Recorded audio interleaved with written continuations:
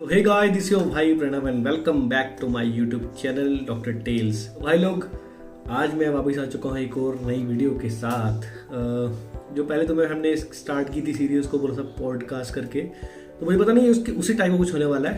तो आज मैंने अपने चैनल में किसी और के साथ एक इंटरव्यू कम पॉडकास्ट ऐसे कुछ समझ लो तुम, तो चिट चैट टाइप होगा ये। हमारे पॉडकास्ट वैसे नहीं भाई, जैसे होते हैं ना वो खतरनाक वाले कि ऐसा कि कैमरा एंगल यहाँ पे ऐसा कुछ नहीं। तो ये मेरा वे ऑफ हमारे तरीके का पॉडकास्ट है। और हाँ, एक किसी यूजर ने, एक सब्सक्राइबर ने कमेंट करा था कि हमने जब पूछा था कि क्या नाम रखा जाए हमारी सीरीज़ का, तो उसने उसका जो एक नाम था जो काफ़ी ज़्यादा पसंद आया। कई सारे लोगों ने कमेंट करा था, अलग नाम बताए थे हमें, बट उनके कमेंट करने के लिए शुक्रिया। लेकिन बट जो मुझे सबसे सही लगा, वो जो कैची लगा, वो था FMG फाड़ पॉडकास्ट। तो शायद हम इसका नाम यही रखेंगे। तो आज जिसको मैंने इनवाइट किया है वो मेरा एक बैचमेट है, ग्रुपमेट था वहाँ में क्रीमिया में भी, सिम्फरोपोल में।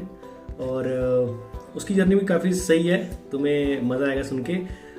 तुम लोगों ने जो एक मुहावरा है ना, एक कोट सुना होगा, काफ़ी सुनते आ रहे होंगे कि नेवर जज a book by its cover. तो ये जो है ना पूरा सिस्टम, ये पूरा फिट बैठता है उस पर। ऐसा मैं क्यों बोल रहा हूँ, तो वो तुम्हें जब ये तुम वीडियो देखोगे तुम लोगों को समझ में आ जाएगा। तो without wasting much time start our video. But उससे पहले do subscribe my YouTube channel if you haven't subscribe it yet, and do like this video also.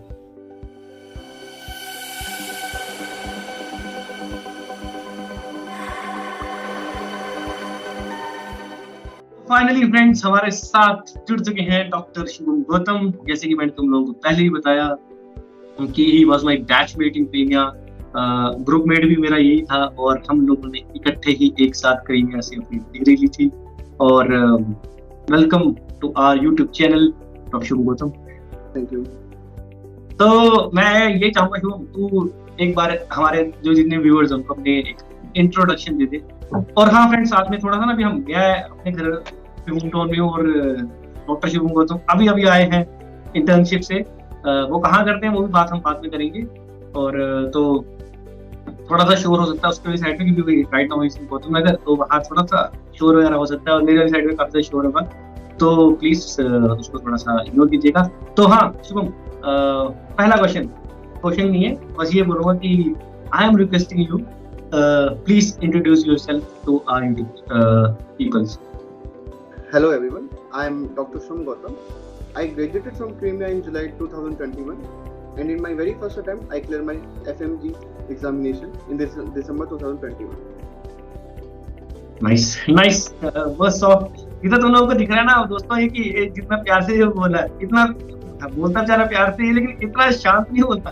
तो डॉक्टर शुभम, पता तेरे से बात करते करते मैं भी मोचूम ले गया, मैं भी ऐसे बोल गया कि बोलना मुझे ये था कि introduce yourself to our viewers, but मैंने ऐसे बोल दिया कि introduce yourself to our YouTube people. तो लेट्स इग्नोर, ये भी चलेगा, अपने लोगों को इतना चलता है। अपने प्रोफेशनल नहीं है भाई, अपने प्रोफेशनल डॉक्टर है, अपने प्रोफेशनल यूट्यूबर नहीं है ना। हमारा ये पसंद आना चाहिए, लोगों को पसंद आना चाहिए, हमारी बात पसंद आनी चाहिए। तो मेरे को ये चीज बता कि are you nervous right now? हाँ, नर्वस तो हूँ। पहली बार कभी ऐसा कुछ किया नहीं है, बट एक पहली बार मैंने कर रहे हैं आप, मैं और तू मिलकर, तो मुझे ऐसा थोड़ा नर्वस तो मैं हूँ यार। काफी ज्यादा हूँ मैं। क्या एफएमजी की प्रिपरेशन, एग्जाम की जो प्रिपरेशन कर रहा हूँ, उससे ज्यादा नर्वस है?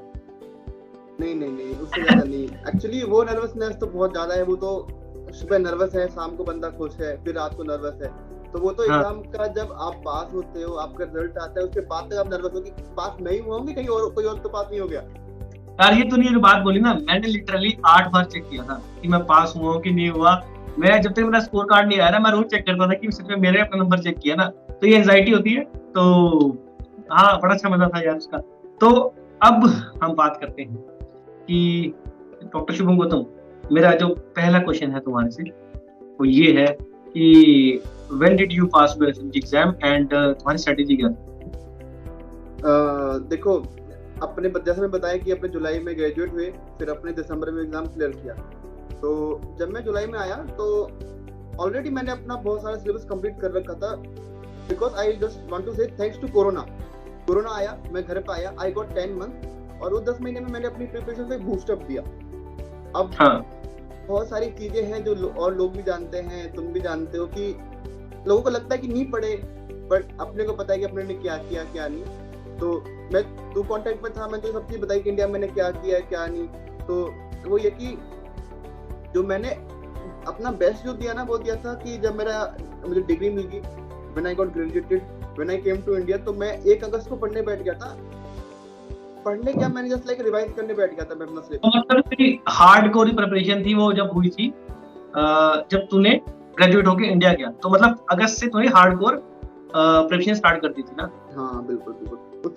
उससे पहले मैंने जैसे कि अपने क्या 4th ईयर 5th ईयर में जो सब्जेक्ट चलते हैं, जो मैं क्लासेस लगती है, उसमें हल्का हल्का पढ़ना मैंने स्टार्ट कर दिया था कि देखना कि यार अब तो कुछ आना चाहिए, मतलब ऐसे, है ना?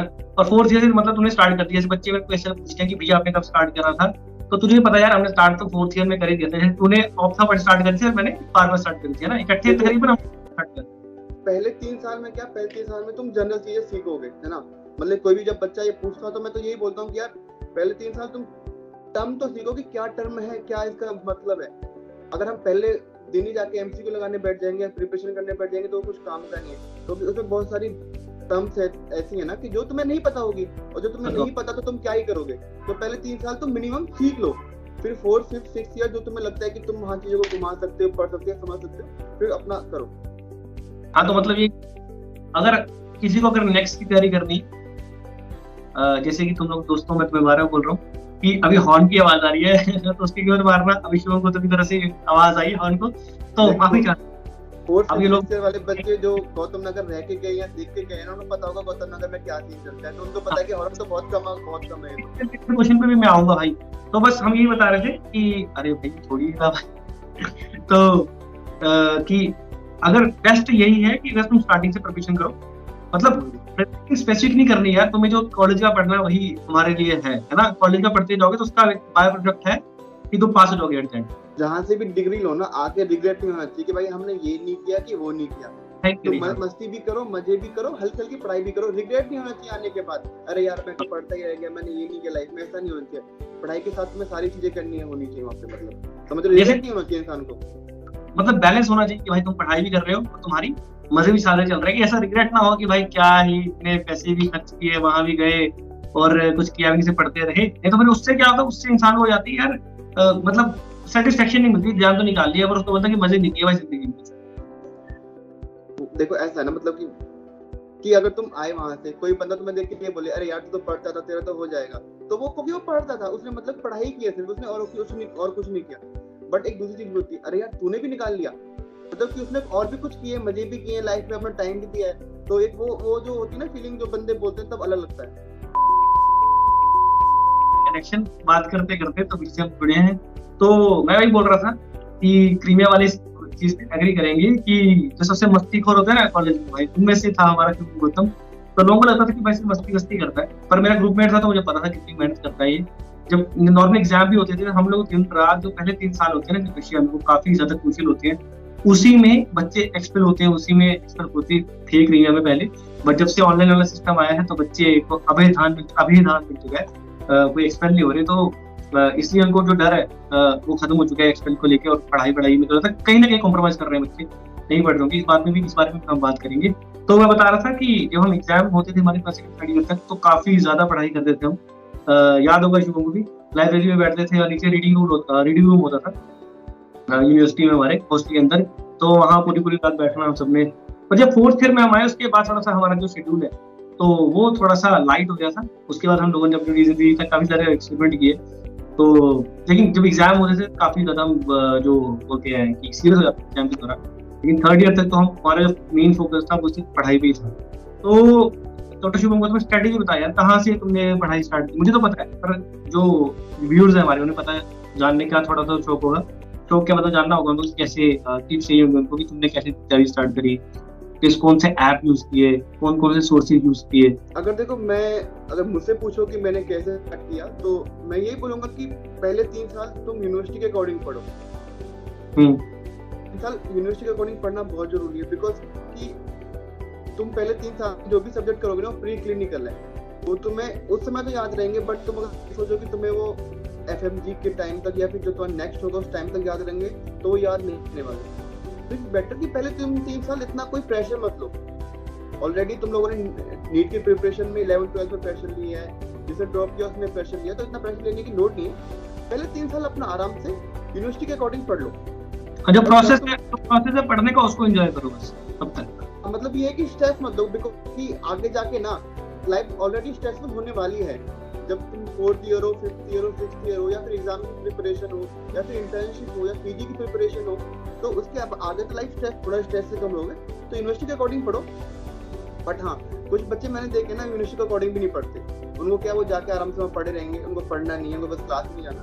तो उनके लिए ये है कि यार एटलीस्ट कम से कम दिन में 2 घंटे तो पढ़ लो, जो करना है करो, दिन में 2 घंटे पढ़ाई करो यार मिनिमम।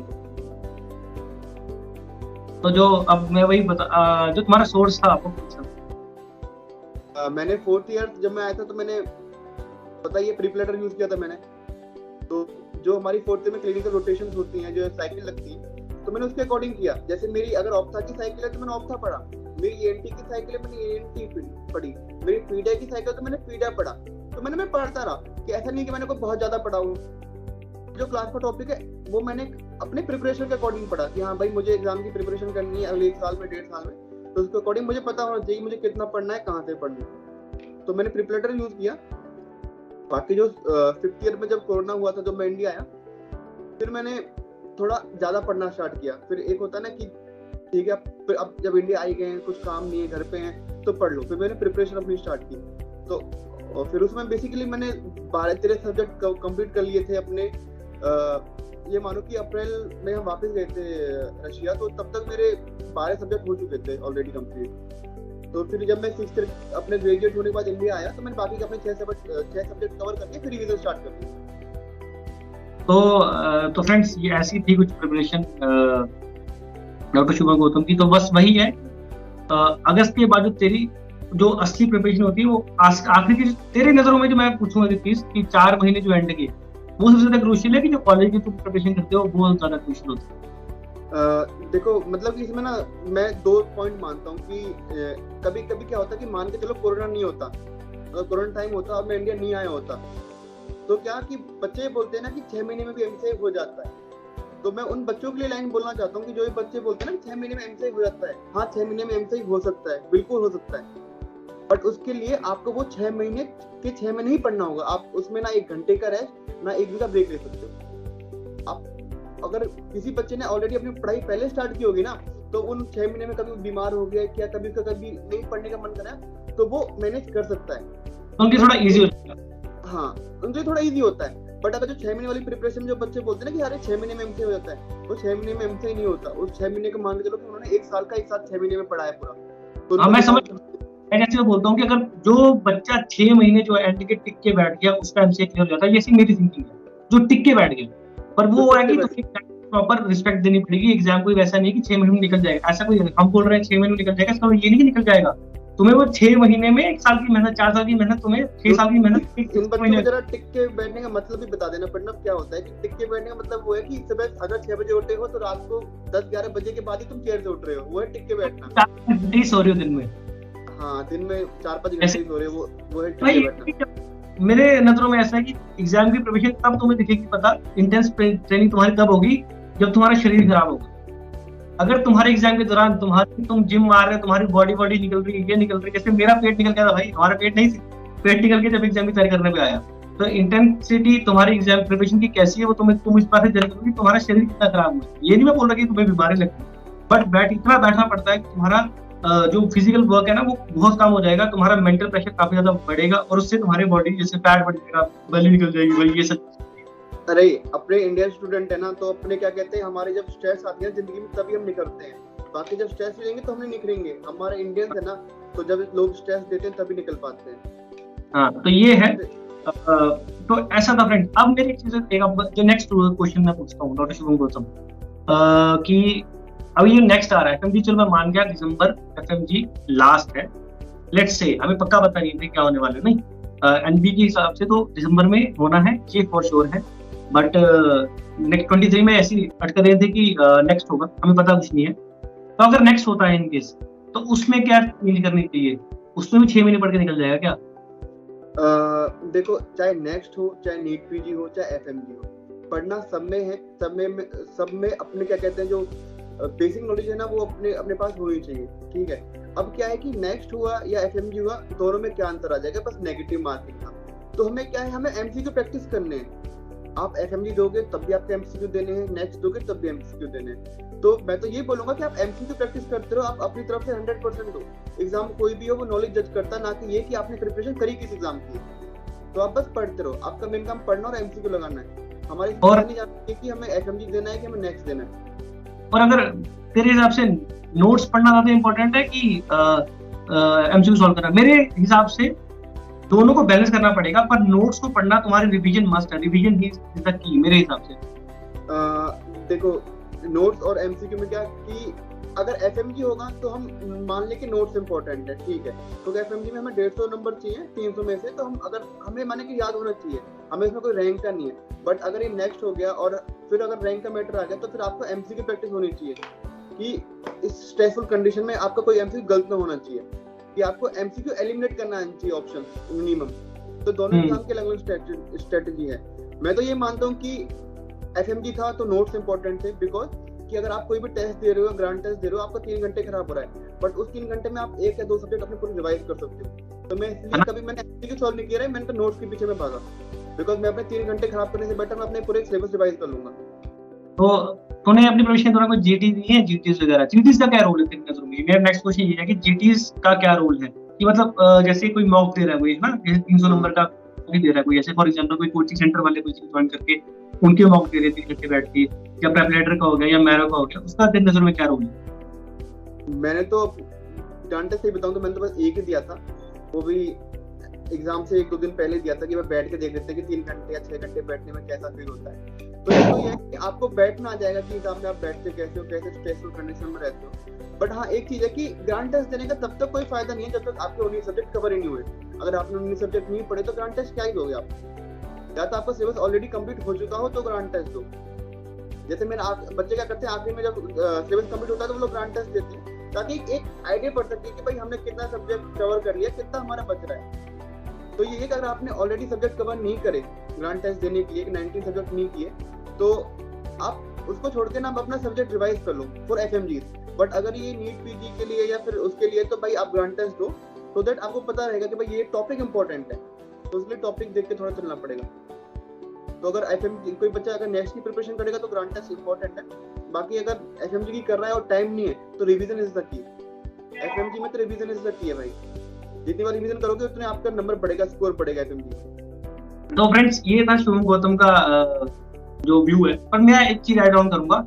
मुझे ऐसा लगता है कि यार ग्रैंड टेस्ट भी साथ साथ में साइमल्टेनियसली काफी ज्यादा इंपॉर्टेंट है। तुम्हारे अगर किसी की सिटिंग नहीं है बैठने की, भाई तेरी सिटिंग मुझे पता है, क्योंकि इसकी सिटिंग ये उसमें मैं बोल रहा कि 15-15 घंटे भी पढ़ लेता, 18 घंटे भी पढ़ लेता था, 24 घंटे भी पढ़ लेता था। मेरी सिटिंग इतनी नहीं थी, मैं मैक्सिमम 10-15-14 घंटे तक मैं भी पढ़ सकता था, तो पढ़ता था।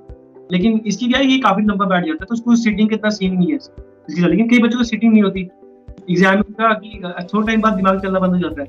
तो मैं ये कहूँ कि लोगों को साइमल्टेनियसली जो अपना ग्रैंड टेस्ट वगैरह होते हैं, उससे तो उनका कॉन्फिडेंस बढ़ता है, और जो टाइम मैनेजमेंट का वो है ना गेम, वो अच्छा हो जाता है। गलत बोल रहा हूँ क्या मैं कुछ? नहीं, बोल सही रहे हो। टाइम मैनेजमेंट उन बच्चों के लिए है ना जिनका ऑलरेडी सिलेबस कंप्लीट हो चुका है। अगर आप अपने सिलेबस को अनकंप्लीट होकर टाइम मैनेजमेंट कर रहे हो तो वो गलत है। मतलब मैं ये थोड़ा सा ये लगता है कि ऐसे मैंने जब अपना पहला ग्रैंड टेस्ट दिया था 120 नंबर आए थे, ठीक है, तब तो मेरा सिलेबस कंप्लीट ही नहीं हुआ था खास कुछ, पर उससे ये था कि कॉन्फिडेंस आ गया कि हाँ, कि मतलब तूने वो मोटिवेशनल लिया ना कि भाई तेरे 120 नंबर आ गए मिनिमम। कोई हाँ, दे सकता है, दोनों में फर्क है ना।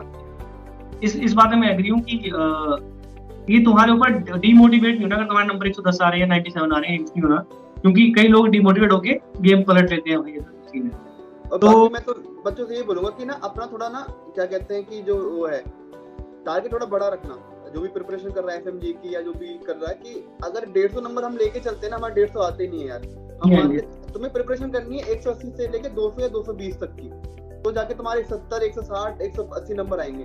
तो थोड़ा टारगेट बड़ा रखना अपना। तो ये तो बात होगी ये। तो अब शुभम गौतम जी, हमारा नेक्स्ट क्वेश्चन ये है कि रशिया में यार मतलब डाइट रखते हैं यार, स्टूडेंट्स की बात तो होगी, तो रशिया में कैसा रहा यार, कैसा मतलब 6 साल कैसे कटे? मेरे कैसे भाई कटे हैं वो वीडियोस में दिख जाएगा, ब्लॉग में दिख जाएगा, तो आप देखो यार, बताइए। मेरा तो तुम लोग साथ थे, मतलब कि अच्छे ही कटने थे, मतलब समझ रहे हो कि एक हमारा पता है ग्रुप जो था वो ठीक था। तो डिपेंड करता है ग्रुप तुम्हारा कैसा है। अगर ग्रुप अच्छा है तो तुम्हारे 6 साल अच्छे से कटेंगे, और अगर ग्रुप थोड़ा सा ढीला है तो तुम्हारी लाइफ बोरिंग कटेगी। बट भगवान की दया से मेरे ग्रुप मेट और जितने मेरे दोस्त थे सारे अच्छे थे, तो वो थोड़ा अच्छा कटा। तो तक मतलब अब ये तो बात होगी रशिया में कैसा टाइम कटा है ना, तो मेरे को ये बता कि जब तू पास हुआ तो घर वालों का रिएक्शन कैसा था? यार घर वालों को भाई ये जो रिएक्शन होता है ना, लगा ले इतना कि जब मैं पास हुआ था तो घर पे मेरी मम्मी थी, भाभी थी, और पापा शायद बाहर गए थे और भैया ऑफिस से आ रहे थे। तो मुझे मेरे फ्रेंड ने बताया फोन करके, भाई तू पास हो गया। तो लिटरली ना अब इंसान क्या करे कि पास हो गया। तो मैंने मम्मी पापा की भाभी तो वहाँ पे थी, तो उनको बता दिया कि पास हो गया। बट जब मैंने पापा को फोन किया ना बताने के लिए कि पापा मैं पास हो गया, तो मैं बताते बताते ही रोने लग गया कि भाई मैं पास हो गया। क्योंकि ना जब तुम स्ट्रेस से लेके नीचे आते हो ना कि, तो तुम्हें लगता है कि अरे भाई कितनी तुमने बड़ी स्ट्रगल की है। और जो एग्जाम है ना, ये एग्जाम तुम्हारी एग्जिस्टेंस का है यार, कि अगर हाँ। तुम पास हो तो तुम्हारी डिग्री मान्य है, तुम डॉक्टर हो। अगर जब तक पास नहीं हो ना तो तुम इंडिया में 12th पास ही हो, चाहे तुम्हारे पास एमबीबीएस की डिग्री क्यों नहीं है। वीडियोस में यही बोलता हूँ कि ये जो लड़ाई है ना भाई, ये एग्जिस्टेंस की लड़ाई है। एग्जाम तो यार सेकेंडरी एग्जाम तो बड़े लोग देते हैं, एग्जाम लोग बोलते हैं, कई लोगों ने दिया है यार, पर ये है कि ये जो एग्जाम है एफएमजी का, ये हमारे सर्वाइवल का, हमारे एग्जिस्टेंस का है, कि हमारे 6 साल है जो हमने मेहनत करी है, उसकी तपस्या करी है, उसका कोई फायदा मिला कि नहीं मिला। इंडिया में हमारे घर ने विश्वास किया, वो हम उस पर खरे उतरे कि नहीं उतरे। एग्जाम क्या है कि भगवान सबको 2 मौके तो देता है ना, वो सच्चाई है। एक मौका मिला हमें 11th-12th में कि हम नीट निकाले, नीट यूजी हम पे नहीं निकला, बिकॉज तब हम पे इतनी मेच्योरिटी नहीं थी कि यार करना क्या है, कैसे करना है। मतलब कि कितना सफर करना पड़ेगा अगर हम एग्जाम नहीं निकालते, या पेरेंट्स को कितना सफर करना पड़ेगा नहीं निकालने पे। बट हाँ, जब एमजी की प्रिपरेशन की तो तब दिमाग में था कि यार बस एक बार जो गलती होगी होगी, भगवान ने दोबारा मौका दिया, डॉक्टर बना दिया, अब वो इज्जत बचा के रखनी है अपनी अपने घर वालों की। तो फर्स्ट माने कि जो भी निकालो एग्जाम को, आते ही निकालो, तो आप टारगेट होना चाहिए। नीट पीजी ना निकले कोई बात नहीं, फर्स्ट अटेम्प्ट में नीट पीजी ना निकले कोई दिक्कत नहीं, बट हाँ एसएमजी फर्स्ट या सेकंड अटेम्प्ट में निकल जाना ही चाहिए। तो वो एक अलग खुशी होती है इंसान के अंदर। तो अच्छा, अब ऐसा था कि मतलब तू रो पड़ा पूरा, है ना, घर वालों के साथ। तो मुझे ये बता कि जब रिजल्ट आना था तब कैसा फील हो रहा था, रिजल्ट आने से पहले, 2 दिन पहले? यार जब माने कि जब मैं अपना एग्जाम देने गया था ना, तो सबको पता है कि 2 पार्ट में होता है, स्टेप फर्स्ट और स्टेप जो सेकंड है। तो मेरे पहले 15 क्वेश्चन ना सारे बाउंसर गए थे, मुझे पहले के पहले 15 क्वेश्चन नहीं आते थे। तो मुझे लगा कि मैं एग्जाम में फेल हूँ। तो मेरे लिटरली ना मतलब कि होता ना, माने कि मेहनत करने के बाद तुम क्वेश्चन नहीं कर पाए, तुम्हें लगता है कि यार कहीं मैंने कोई गलती तो नहीं कर दी। और मेरे आंखों के सामने बहुत बड़े बड़े लोग भी बैठे थे उधर आसपास जो मेरे साथ पेपर दे रहे थे। तो मेरी वैसे ही मेरी फटकी, मैं यार ये क्या है, मतलब समझ रहे हो तुम कि मैं तो ये बच्चा हूं उनके सामने, मैं शक्ल देख तू यार, समझ रहे। मैं डर गया, मैं यार ये कोई गलती तो नहीं कर दी एफएमजी करके यार। इस बड़े बड़े लोग बैठे कि मेरे एफएमजी निकलेगा नहीं निकलेगा। और लिटरली ना जब मैं वहाँ पे एग्जाम में गया, मतलब कि बात की बच्चों से, तो बच्चे जब बोलते हैं ना कौन सा अटेम्प्ट है, जब मैंने बोला फर्स्ट अटेम्प्ट, तो बच्चे एक बार तो देख के हंसने लग गए, कह रहे अभी तो बहुत बार आना है सेंटर पे। तो एक वो अलग डर बैठता है एग्जाम में। तो पहले 15 क्वेश्चन जब मेरे ऐसे बेकार गए, और फिर मेरा जब फर्स्ट पेपर जो 150 नंबर का वो होने के बाद मैं बाहर निकला, तो मेरा इतना अच्छा नहीं गया था। मुझे उम्मीद थी कि मेरे आ जाएंगे 80 या 70 नंबर आ जाएंगे। तो मैंने बोला, मेरे भाई आए थे मेरे साथ पेपर दिलाने के लिए कि चल, मैं क्या भाई चलते हैं यहाँ से, बिकॉज मैं फेल हो जाऊंगा यार। क्योंकि बच्चे बोल रहे हैं एक अटेम्प्ट में कोई पास नहीं, तो मैं चलते हैं यहाँ से। तो मेरे भाई ने बोला कि यार सुन, तूने इतनी मेहनत की है कि तू फेल नहीं हो सकता। एक जब होता है ना कि इंसान को अपने आप पे विश्वास न हो, तुम्हारी फैमिली को तुम पे विश्वास हो कि यार इस बंदे ने इतना पढ़ा है, ये फेल नहीं हो सकता। तो वही चीज मैटर करती है, चाहे तुम पास हो फेल हो डजंट मैटर, बट तुम्हारे एक फैमिली का जो होता है ना सपोर्ट, की भाई इस बंदे ने मेहनत की है। जब मैं सेकंड पेपर देने गया और जब देके बाहर आया ना, एक हल्की सी खुशी थी कि अगर हाँ यार थोड़ा सा मन की अब उम्मीद है। तो फिर जब मैंने अपना घर पे आया, फिर मैंने बोला पापा से कि मैं यार लगता नहीं पास होगा। पापा ने कहा नहीं तो पास हो जाएगा, तेरी मेहनत, तूने बहुत मेहनत की है, इतनी मेहनत को तो कोई फेल भी नहीं कर सकता मतलब। और कह फिर बोले भी अगर तूने इतनी मेहनत की है और तू फेल भी होता है तो तेरी कोई गलती नहीं है। तो फिर तो पेपर ही टफ था, मतलब कि फिर तो कोई है, कुछ चीज तो है। फिर 2-3 दिन बाद आंसर की आई, मैंने आंसर की चेक की, थोड़ा हल्का सा रिलैक्स फील हुआ। हाँ मैं बच्चों को बोलता हूँ रिकॉल तो मत देखा करो भाई, डुप्लीकेट है वो चीज, क्योंकि वो जब हम कि जब हम बाहर निकलते हैं तो वो क्वेश्चन कुछ और होता है, एग्जाम में क्वेश्चन कुछ और होता है, और जब वो टीचर तक वो क्वेश्चन पूछते हैं तो वो बहुत ही ज्यादा बेसिक बन जाते हैं। अरे एक बात बता, ये जो एग्जाम की प्रिपरेशन इतनी स्ट्रेसफुल है, तो इंसान को क्वेश्चन पेपर कैसे याद रह सकता है बाहर तक आने तक? तो मैं तो बोलता हूँ, तो बच्चे बोलते हैं ना कि हमारे भाई इतने नंबर आ रहे थे, इतने आ रहे थे, हम फेल हो गए, बिकॉज कि जिसने रिकॉल बताया उसको खुद को क्वेश्चन याद नहीं है क्या क्वेश्चन थे। कई मैंने क्वेश्चन वो तो थे ही नहीं पेपर। तो मैंने देखा ना रिकॉल में क्या करते हैं, वो एक टॉपिक उठा लेते हैं, सर इस टॉपिक में ये क्वेश्चन आया था, ये वाला पॉइंट दे रखा था, वो क्वेश्चन फ्रेम नहीं करते, वो बस ऐसे बता देंगे खड़े होके। तो मतलब रिकॉल, मतलब देखो यार अपनी मत सर्टिफिकेशन एक बार रिकॉल देख लो, पर उस पे तुम रिलाय कर लो कि तुम पास ही हो रिकॉल के बेसिस पे, तो भाई मेरे हिसाब से तो गलत है।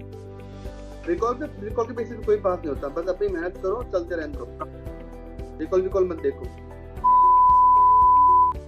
तो डॉक्टर शिव गौतम, अगला क्वेश्चन मेरा ये है कि ऐसे यार स्टूडेंट से क्वेश्चन होते होंगे, यार मेरे भी ऐसे क्वेश्चन है, जैसे कि कैसा फील होता भाई इंटर्नशिप में, और कहाँ से कर रहे हैं इंटर्नशिप, तो वो बताते और एक बार फिर ये बताना कि कैसा तुम्हें इंटर्नशिप में फील कैसा होता है, कैसा है? मैं इंटर्नशिप कर रहा हूँ दिल्ली से RMN हॉस्पिटल, राम मनोहर लोहिया, और मैंने ज्वाइन की इंटर्नशिप अभी 10 मई को ज्वाइन हुई थी हमारी इंटर्नशिप। तो बेसिकली मेरी अभी मेडिसिन कंप्लीट हो चुकी है और ऑप्था हो चुकी है, मेरी अभी रेडियो चल रही है। तो इंटर्नशिप जो है ना, वो पहली बात तो है ना कि तुम्हें फीलिंग आती है कि यू आर अ डॉक्टर। जब तुम स्टेट डालते हो ना, तो एक फीलिंग है, वो फीलिंग बहुत इंपॉर्टेंट है, बिकॉज रशिया में हाँ हम हैं डॉक्टर या कहीं भी हम बाहर से करते हैं ना, तो बड़ा फीलिंग नहीं आती है, लगता है कि अभी तुम स्टूडेंट ही हैं। बट जब तुम इंटर्नशिप करते हो ना, तो you treated like a doctor and actually you are a doctor. वो फीलिंग अच्छी फीलिंग होती है कि आप पेशेंट को ट्रीट कर रहे हो, उनको बता रहे हो, एक जो रिस्पेक्ट देते हो, रिस्पेक्ट जो तुम अर्न करते हो ना। एमसीआई पास होने के बाद क्या चीज मैटर करती है, मैं कि हाँ जो रिस्पेक्ट मिल रही है ना, इस एग्जाम के लिए एक रिस्पेक्ट बनती भी है यार, जितनी मेहनत हमने की है ना, वो रिस्पेक्ट मिलनी भी चाहिए। तो अच्छा लगता है यार, बहुत अच्छा लगता है कि हाँ भाई कुछ इतनी मेहनत करने के बाद क्या मिला, एक रिस्पेक्ट मिली इंसान की यार, वो मैटर करती है। तो मतलब सही है भाई, मतलब ऐसा कि हमारे ऐसे प्रैक्टिकल ट्रेनिंग कम होती है रशिया में ना, तो यहाँ पे आके तुम्हें मतलब कोप अप होता है। ऐसे नेक्स्ट क्वेश्चन मेरा ये है कि इंटरमीडिएट ग्रेजुएट्स जो हैं, जैसे पीजी हो गए, SR हो गए, JR हो गए, और जो तुम्हारे साथ इंटरमीडिएट ग्रेजुएट जो तुम्हारे साथ इंटर्न्स है ना, तो तुम्हें कैसे ट्रीट? जैसे माने ट्रीट तो बड़े अच्छे से करते हैं यार, वो कोई डिफरेंशिएट नहीं करते कि आप इंटर्न हो, एक्सटर्न हो, आप PG first year second year जो भी हो, but you are a doctor, तो आपको एक डॉक्टर तरह ही ट्रीट करेंगे। क्योंकि कभी भी कोई पेशेंट आके आपने ये नहीं पूछेगा कि आपने सर डिग्री कहाँ से की, उसके लिए आप डॉक्टर ही हो। तो ऐसे ही है, ऐसे माने अगर कोई भी है ना, तो आपको डॉक्टर की तरह ही ट्रीट करता है। और देखो अगर आपको सीखना है ना, तो आपको सिखाएंगे वो लोग। जैसे हमारी मेडिसिन हो, चाहे ऑप्था हो, चाहे अभी तक रेडियो, अगर कोई अच्छा केस है ना, तो हमें बुला के समझाया गया कि अरे आओ तुम लोग भी आओ, तुम लोग ये केस देखो। तो मतलब बच्चों का अपना भी वो होना चाहिए ना कि दिल की हमें सीखना है। अगर तुम्हें सीखना है हर कोई सिखाएगा, अगर नहीं सीखना कोई नहीं सिखाएगा ना। वो हर कॉलेज में ऐसा है, अगर आप MBBS करो, कुछ भी करो, अगर आप सीखने वाले हो तो ही आप सीख सकते हो, तो आपको सीखना पड़ेगा। बाकी हमारे वाले तो बहुत अच्छे हैं, माने वाले जो पीजी से बताते हैं कि तुम्हें पीजी के लिए कहाँ से पढ़ना है, कैसे पढ़ना है, और बोलते भी है कि तुमने FMG पास किया, कोई छोटा मोटा एग्जाम नहीं है FMG भी पीट के इक्विवेलेंट है, बट उसमें नेगेटिव मार्किंग नहीं है, तो कोई इतना बड़ा वो नहीं है। हम भी एग्जाम देके डॉक्टर बने भाई, FMG है। हाँ तो मुझे ये बता, अभी नेक्स्ट क्वेश्चन मेरा ये है, तेरे को ऐसा लगता है कि अब जैसे हाल के सालों से जो FMG एग्जाम है वो नीट पीजी से टफ हो गया, क्वेश्चन वाइज टफ हो गया, बट हाँ उसमें प्लस पॉइंट ये कि उसमें नेगेटिव मार्किंग नहीं है, तो ये बात है, लेकिन एग्जाम का जो पैटर्न है वो टफ हो गया है FMG के लिए। मैंने जो एक चीज नोटिस की है ना, कि पहले जो एग्जाम का पासिंग रेशियो था वो भी कम था, तो क्वेश्चन पेपर हल्का था, लगता था कि भाई बच्चे कम पास हुए तो क्वेश्चन को तो हल्का, थोड़ा टफ बनाओ पेपर को।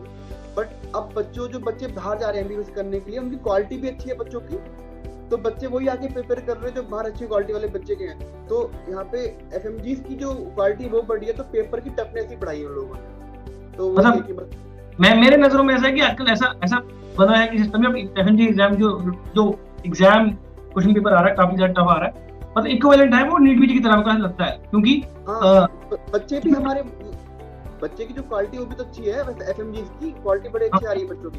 बट ये है कि उसपे हमारे पास प्लस पॉइंट ये है कि हमें नेगेटिव मार्किंग का फेस नहीं करना पड़ता। एक प्लस पॉइंट और है, अगर हमने एफएमजी के पेपर देके पास हुए ना तो हमारी पीजी की प्रिपरेशन ऑलरेडी हो चुकी है, कॉन्फिडेंस बढ़ चुका है। प्रिपरेशन करनी है। हाँ, क्योंकि मेरे जितने मेरे इंटरमीडिएट ग्रेजुएट दोस्त है ना, वो मुझे यही बोलते हैं कि भाई तुम लोगों ने एफएमजी पास किया है तो तुम्हारे काफी ज्यादा अच्छे चांसेस है नीट पीजी के लिए। और एक चीज देखने की ये भी है कि as compare to Indian medical graduate, foreign medical graduate भी काफी ही पीजी निकाल रहे हैं फर्स्ट सेकंड अटेम्प्ट में, तो ये भी देखने वाली बात है। जो मेरा अगला क्वेश्चन है ना भाई, वो ये है कि तूने सुना होगा यार कि आजकल बड़ा वो चल रहा है कि एमबी वालों ने जानबूझ के बच्चे फेल कर दिए हैं। जैसे अभी जून में रिजल्ट आया, वो आया सिर्फ और सिर्फ 10%, है ना। तो अभी ऐसा चल रहा है। मैं पर्सनली चीज से एग्री नहीं करता, क्योंकि हमने बता भी दिया कि क्यों नहीं करते, क्योंकि प्रिपरेशन वैसे नहीं करते लोग, प्रॉपर रिस्पेक्ट नहीं दे रहे। बट उनको मैं कुछ ऐसा बोलना नहीं चाहता कि मतलब इससे वो डिसऑर्डर्ड हो जाए कि हम ऐसा बोले।